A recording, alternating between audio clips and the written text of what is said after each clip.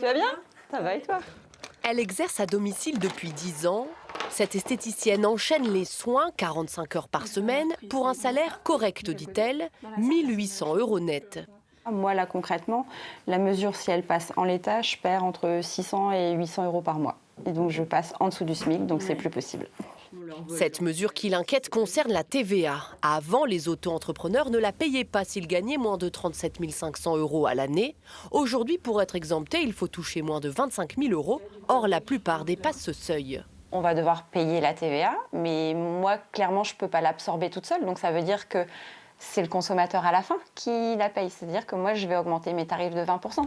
Exemple avec cette manucure, aujourd'hui facturée 21 €, elle passerait à 25 €. Tout augmente, les salaires n'augmentent pas. Donc après, on veut se faire plaisir, mais je pense qu'il y en a beaucoup qui vont devoir soit espacer ou soit arrêter leur petit plaisir du coup. Face à ces inquiétudes, des discussions sont lancées, la mesure est même suspendue. Un peu de répit pour ce luthier qui n'imagine pas changer sa façon de travailler. Il y a plein de frais qui s'engagent, il n'y a pas que les 20%. Ça va être de la gestion bien plus importante, donc moins de temps à consacrer à notre travail. Il va falloir avoir un comptable en plus, etc. Donc c'est catastrophique en fait.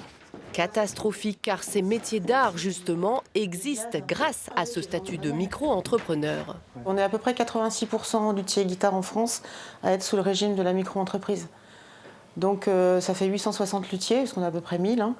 Ça fait 860 luthiers qui, clairement, on risque de mettre la clé sous la porte.